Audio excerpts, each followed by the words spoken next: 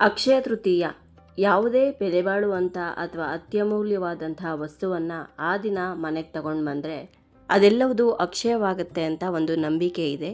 ಇಷ್ಟೊಂದು ಪವಿತ್ರವಾದಂತಹ ಶುಭದಾಯಕ ದಿನವಾದಂತಹ ಈ ಅಕ್ಷಯ ತೃತೀಯ ದಿವಸ ಸರಳವಾಗಿ ಲಕ್ಷ್ಮೀ ಪೂಜೆಯನ್ನು ಯಾವ ರೀತಿ ಮಾಡ್ಬೋದು, ಹಾಗೆ ಅಕ್ಷಯ ತೃತೀಯ ಪೂಜೆಯನ್ನು ಆಚರಣೆ ಮಾಡೋರು ಯಾವೆಲ್ಲ ನಿಯಮಗಳನ್ನು ಪಾಲನೆ ಮಾಡಬೇಕು ಅಂತ ಇವತ್ತಿನ ಈ ವಿಡಿಯೋದಲ್ಲಿ ತಿಳಿಸ್ಕೊಡ್ತಾ ಇದ್ದೀನಿ. ಹಾಗಾದರೆ ಇನ್ಯಾಕೆ ತಡ, ಬನ್ನಿ ವಿಡಿಯೋನ ಶುರು ಮಾಡೋಣ. ಅಕ್ಷಯ ತೃತೀಯ ದಿವಸ ಲಕ್ಷ್ಮೀ ಪೂಜೆಯನ್ನು ಮಾತ್ರ ಅಲ್ಲದೆ ಕುಬೇರ ಪೂಜೆಯನ್ನು ಕೂಡ ಮಾಡಲಾಗುತ್ತೆ. ಈಗಾಗಲೇ ನಾನು ಕಳಸವನ್ನು ಸ್ಥಾಪನೆ ಮಾಡಿ ಲಕ್ಷ್ಮೀ ಕುಬೇರ ಪೂಜೆಯನ್ನು ಯಾವ ರೀತಿ ಮಾಡಬೇಕು ಅಂತ ತಿಳಿಸ್ಕೊಟ್ಟಿದ್ದೀನಿ. ಈ ವಿಡಿಯೋದಲ್ಲಿ ಕೇವಲ ಲಕ್ಷ್ಮೀ ಪೂಜೆಯನ್ನು ಕಳಸ ಸ್ಥಾಪನೆ ಮಾಡದೆ ನೀವಾಗಲೇ ಮನೆಯಲ್ಲಿ ಒಂದು ದೇವರ ಕಳಸವನ್ನು ಇಟ್ಟಿದ್ರೆ ಮತ್ತೊಂದು ಕಳಸವನ್ನು ಸ್ಥಾಪನೆ ಮಾಡದೆ ಕೂಡ ಸರಳವಾಗಿ ಪೂಜೆಯನ್ನು ಮಾಡ್ಬೋದು. ಯಾವ ರೀತಿ ಮಾಡ್ಬೋದು ಅಂತ ತಿಳಿಸ್ಕೊಡ್ತಾ ಇದ್ದೀನಿ. ಈ ಪೂಜೆಯನ್ನು ಯಾರು ಬೇಕಾದರೂ ಮಾಡ್ಬೋದು. ಮೊದಲನೇ ಸಲ ಮಾಡ್ತಾ ಇದ್ದೀವಿ, ನಮ್ಮ ಮನೆಯಲ್ಲಿ ಪದ್ಧತಿ ಇಲ್ಲ, ಯಾವತ್ತಿಗೂ ಈ ಪೂಜೆಯನ್ನು ಮಾಡಿಲ್ಲ ಅನ್ನೋರು ಕೂಡ ಈ ಪೂಜೆಯನ್ನು ಮಾಡ್ಬೋದು.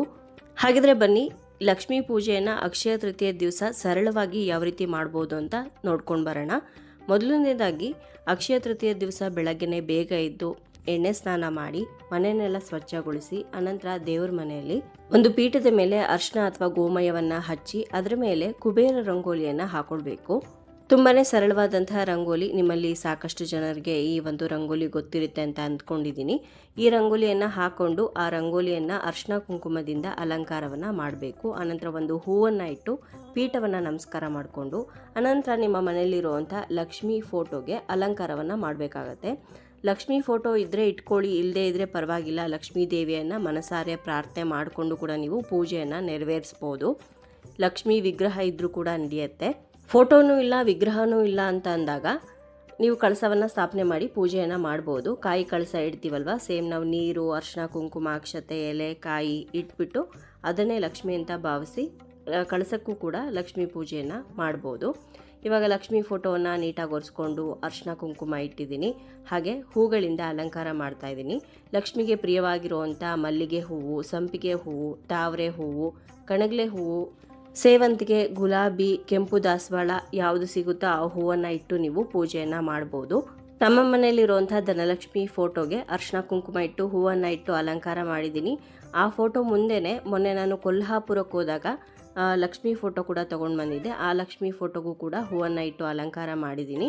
ಲಕ್ಷ್ಮೀ ದೇವಿಯ ಮುಂದೆ 2 ದೀಪವನ್ನು ಇಟ್ಕೊಂಡು ಆ ದೀಪಗಳಿಗೆ ಎಣ್ಣೆ ಬತ್ತಿಯನ್ನು ಹಾಕಿ ದೀಪವನ್ನು ಹಚ್ಕೊಂಡು ಇವಾಗ ಲಕ್ಷ್ಮೀ ದೇವಿಯನ್ನು ಆಹ್ವಾನ ಮಾಡ್ತಾ ಅಭಿಷೇಕವನ್ನು ಆರಂಭ ಮಾಡೋಣ.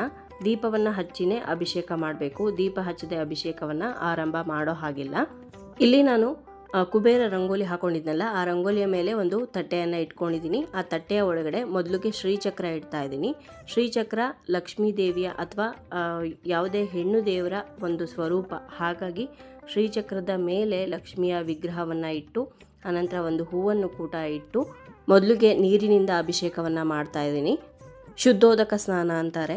ಮೊದಲು ನೀರಿನಿಂದ ಅಭಿಷೇಕವನ್ನು ಮಾಡಿ ಅನಂತರ ನೀವು ಪಂಚಾಮೃತದಿಂದ ಅಥವಾ ಅಷ್ಟದ್ರವ್ಯಗಳಿಂದನೂ ಕೂಡ ಅಭಿಷೇಕವನ್ನು ನೆರವೇರಿಸ್ಬೋದು. ಪ್ರತಿ ಸಲನೂ ಕೂಡ ನಾವು ಪಂಚಾಮೃತದಿಂದ ಅಂದರೆ ಹಾಲು, ಮೊಸರು, ಸಕ್ಕರೆ, ಜೇನುತುಪ್ಪ, ಹಾಗೆ ದೇಸಿ ಹಸುವಿನ ತುಪ್ಪ ಇದೆಲ್ಲದರಿಂದನೂ ಅಭಿಷೇಕ ಮಾಡ್ತೀವಲ್ವ.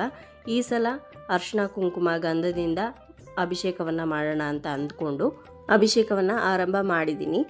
ಇನ್ನು ಅಕ್ಷಯ ತೃತೀಯ ದಿವಸ ಲಕ್ಷ್ಮೀ ಕುಬೇರ ಯಂತ್ರವನ್ನು ಕೂಡ ನೀವು ಬರೆದು ಪೂಜೆ ಮಾಡಿದ್ರೆ ತುಂಬಾ ಒಳ್ಳೆಯದು. ಯಾವ ರೀತಿ ಅದನ್ನು ರಚನೆ ಮಾಡಬೇಕು, ಯಾವ ರೀತಿ ಪೂಜೆ ಮಾಡಬೇಕು ಅಂತ ಈಗಾಗಲೇ ಹಿಂದಿನ ವಿಡಿಯೋದಲ್ಲಿ ತಿಳಿಸ್ಕೊಟ್ಟಿದ್ದೀನಿ. ದಯವಿಟ್ಟು ಹೋಗಿ ನೋಡ್ಕೊಂಡು ಬನ್ನಿ. ಇವಾಗ ನೀರಿನಿಂದ ಅಭಿಷೇಕ ಆದ ನಂತರ ಕುಂಕುಮದಿಂದ ಅಭಿಷೇಕವನ್ನು ಮಾಡ್ತಾ ಇದ್ದೀನಿ. ಶುದ್ಧವಾಗಿರುವಂತಹ ನೀರಿಗೆ ಸ್ವಲ್ಪ ಕುಂಕುಮವನ್ನು ಬೆರೆಸ್ಕೊಂಡು, ಹಾಗೆ ನಿಮಗೆ ಬೇಕಿದ್ದರೆ ಸ್ವಲ್ಪ ಘಮ ಚೆನ್ನಾಗಿರಲಿ, ಪರಿಮಳ ಚೆನ್ನಾಗಿರಲಿ ಅಂತ ಅನ್ಸಿದ್ರೆ ಅದಕ್ಕೆ ಪನ್ನೀರು ಅಥವಾ ತೀರ್ಥದ ಪುಡಿ, ಅದರಲ್ಲಿ ಏಲಕ್ಕಿ ಎಲ್ಲ ಹಾಕಿರ್ತಾರಲ್ಲ ಅದನ್ನು ಕೂಡ ಸೇರಿಸಿ ನೀವು ಅಭಿಷೇಕವನ್ನು ಮಾಡ್ಬೋದು. ಕುಂಕುಮದಿಂದ ಅಭಿಷೇಕ ಆದ ನಂತರ ಅರ್ಶಿನದಿಂದನೂ ಕೂಡ ಅಭಿಷೇಕವನ್ನು ಮಾಡಿದ್ದೀನಿ. ಅನಂತರ ಗಂಧದಿಂದನೂ ಕೂಡ ಅಭಿಷೇಕ ಮಾಡಿದ ನಂತರ ದೇವಿಗೆ ಕುಂಕುಮವನ್ನು ಇಟ್ಟು ಧೂಪ ದೀಪ ತೋರಿಸ್ಬೇಕು. ಅನಂತರ ಮತ್ತೊಂದು ಸಲ ನಾವು ನೀರಿನಿಂದ ಅಭಿಷೇಕವನ್ನು ಮಾಡಿ ದೇವಿಯ ವಿಗ್ರಹವನ್ನು ಅಲಂಕಾರ ಮಾಡಬೇಕಾಗತ್ತೆ.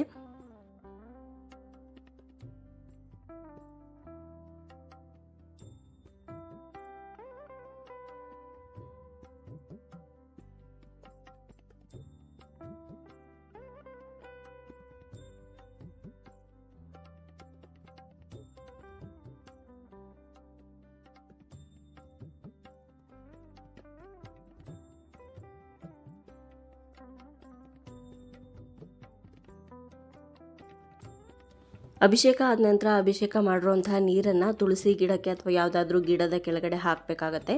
ಅನಂತರ ಆ ತಟ್ಟೆಯನ್ನು ಹಾಗೆ ವಿಗ್ರಹವನ್ನು ನಾನು ಶ್ರೀಚಕ್ರವನ್ನು ಕೂಡ ನೀಟಾಗಿ ಒರೆಸ್ಕೊಂಡು ಅದಕ್ಕೂ ಕೂಡ ಇವಾಗ ಅರಿಶಿನ ಕುಂಕುಮವನ್ನು ಇಡ್ತಾ ಇದ್ದೀನಿ. ಅಲಂಕಾರ ಮಾಡ್ಕೊಂಡಿದ ನಂತರ ಸೇಮ್ ನಾವು ಯಾವ ತಟ್ಟೆಯಲ್ಲಿ ಅಭಿಷೇಕವನ್ನು ಮಾಡಿದ್ವೋ ಅದೇ ತಟ್ಟೆಯಲ್ಲಿ ಈ ವಿಗ್ರಹ ಹಾಗೆ ಶ್ರೀಚಕ್ರವನ್ನು ಏರ್ಪಾಡು ಮಾಡ್ಕೋತಾ ಇದ್ದೀನಿ.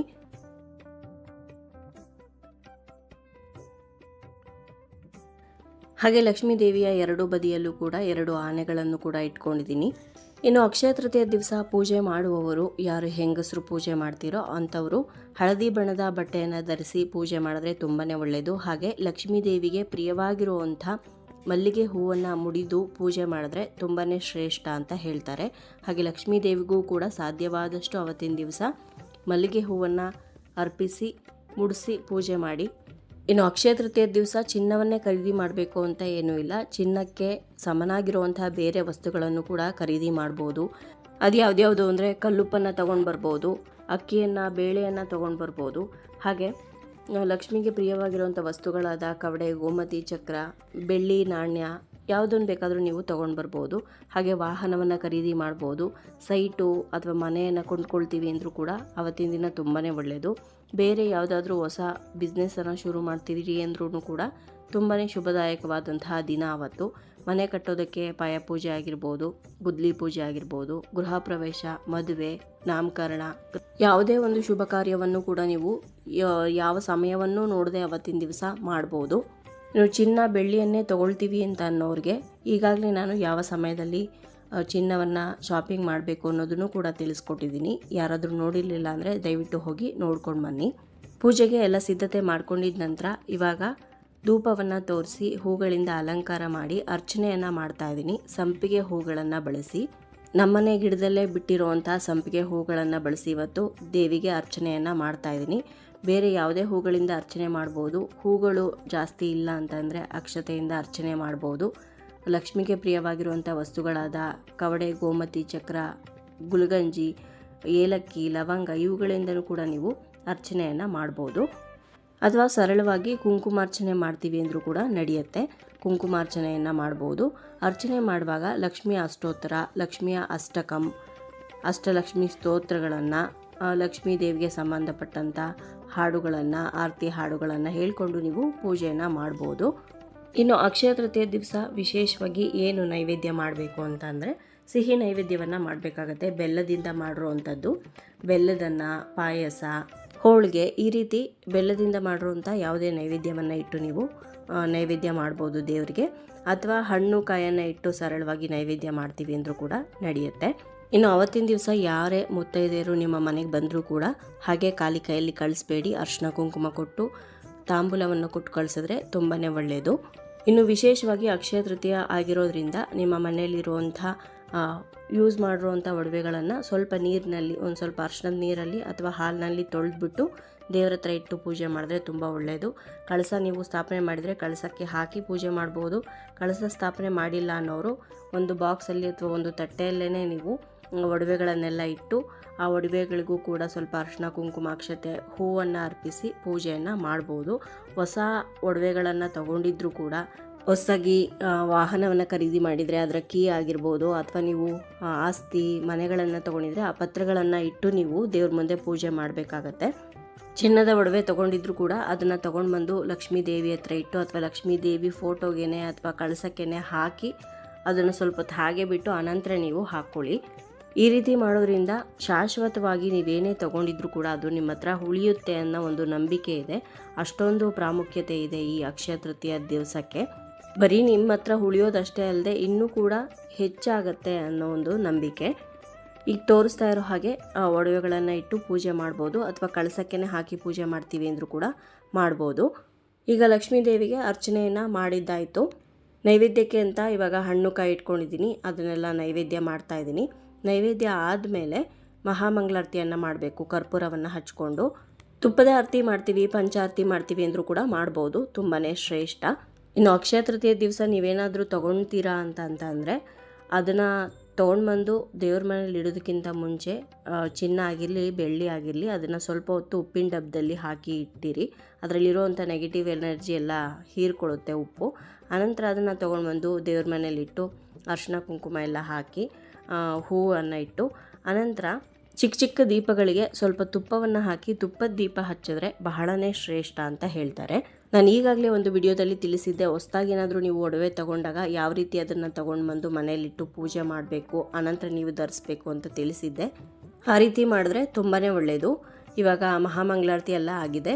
ಸಂಜೆಗೆ ಒಂದು ಸಲ ಯಾರಾದರೂ ಮುತ್ತೈದೆಯರನ್ನ ಕರೆದಿದ್ರೆ ನೀವು ಅವ್ರು ಬಂದು ಹೋದ ನಂತರ, ಕರೀದೇ ಇದ್ರೂ ಪರವಾಗಿಲ್ಲ, ಸಂಜೆಗೆ ಒಂದು ಸಲ ಕೆಂಪು ನೀರಿನ ಆರತಿ ಮಾಡಿ ದೇವರಿಗೆ, ಅಂದರೆ ಲಕ್ಷ್ಮೀ ದೇವಿಗೆ ದೃಷ್ಟಿ ಆರತಿ ಮಾಡಿ ಅನಂತರ ನೀವು ದೇವರನ್ನು ಕಳಸವನ್ನು ಇಟ್ಟಿದ್ರೆ ಕಳಸವನ್ನು ಕದಲಿಸಿ ಅಥವಾ ಫೋಟೋವನ್ನು ಕೂಡ ಒಂದು ಸ್ವಲ್ಪ ಸರಿಸಿದ್ರೆ ಸಾಕು, ಅಲ್ಲಿಗೆ ವಿಸರ್ಜನೆ ಆದಂಗೆ ಆಗುತ್ತೆ. ಅನಂತರ ನೀವು ಎತ್ತಿಟ್ಕೊಳ್ಬೋದು ಎಲ್ಲನೂ. ಇನ್ನು ಬಹಳ ಮುಖ್ಯವಾಗಿ ಅವತ್ತಿನ ದಿವಸ ಅಕ್ಷಯ ಪಾತ್ರೆಯನ್ನು ಸ್ಥಾಪನೆ ಮಾಡೋದನ್ನು ಮರಿಬೇಡಿ. ನಾನು ಈಗಾಗಲೇ ಅಕ್ಷಯ ಪಾತ್ರೆಯನ್ನು ಯಾವ ರೀತಿ ಸ್ಥಾಪನೆ ಮಾಡಬೇಕು ಅಂತ ಹಿಂದಿನ ವಿಡಿಯೋದಲ್ಲಿ ತಿಳಿಸ್ಕೊಟ್ಟಿದ್ದೀನಿ. ಯಾರಾದರೂ ನೋಡಿರಲಿಲ್ಲ ಅಂದರೆ ದಯವಿಟ್ಟು ಹೋಗಿ ನೋಡ್ಕೊಂಡು ಬನ್ನಿ. ಇಲ್ಲೇ ಪಕ್ಕದಲ್ಲಿದೆ, ನೋಡ್ತಾ ಇದ್ದೀರಾ, ಇದೇ ಅಕ್ಷಯ ಪಾತ್ರೆ. ಇದರೊಳಗಡೆ ಏನೇನು ಹಾಕಿದ್ದೀನಿ ಅಂತ ತಿಳ್ಕೊಬೇಕು ಅಂದರೆ ಆ ವಿಡಿಯೋನ ಸಪ್ರೇಟಾಗಿ ನೋಡ್ಬೇಕು ನೀವು. ಈ ರೀತಿಯಾಗಿ ಸರಳವಾಗಿ ನೀವು ಅಕ್ಷಯ ತೃತೀಯ ಪೂಜೆಯನ್ನು ನೆರವೇರಿಸ್ಬೋದು. ನೋಡಿದ್ರಲ್ವ ಸ್ನೇಹಿತರೆ, ಇವತ್ತಿನ ಈ ವಿಡಿಯೋದಲ್ಲಿ ಅಕ್ಷಯ ತೃತೀಯ ದಿವಸ ಸರಳವಾಗಿ ಲಕ್ಷ್ಮೀ ಪೂಜೆಯನ್ನು ಯಾವ ರೀತಿ ಮಾಡಬೇಕು ಅಂತ ತಿಳಿಸ್ಕೊಟ್ಟಿದ್ದೀನಿ. ಇವತ್ತಿನ ಈ ವಿಡಿಯೋ ನಿಮ್ಮೆಲ್ಲರಿಗೂ ಇಷ್ಟ ಆಗಿರ್ಬೋದು ಅಂತ ಭಾವಿಸ್ತೀನಿ. ಇಷ್ಟ ಆಗಿದ್ರೆ ಲೈಕ್ ಮಾಡಿ, ಬೇರೆಯವ್ರಿಗೂ ಕೂಡ ಶೇರ್ ಮಾಡಿ. ಹಾಗೆ ನಿಮ್ಮ ಅನಿಸಿಕೆ ಅಭಿಪ್ರಾಯವನ್ನು ಖಂಡಿತವಾಗ್ಲೂ ಕಮೆಂಟ್ ಮುಖಾಂತರ ಬರೆದು ತಿಳಿಸಿ. ಮತ್ತೊಂದು ಉಪಯುಕ್ತ ಪೂಜಾ ಮಾಹಿತಿಯೊಂದಿಗೆ ನಿಮ್ಮನ್ನ ಮತ್ತೆ ಭೇಟಿ ಆಗ್ತೀನಿ. ಅಲ್ಲಿಯವರೆಗೂ ಧನ್ಯವಾದಗಳು. ಲೋಕ ಸಮಸ್ತ ಸುಖಿನೋ ಭವಂತು.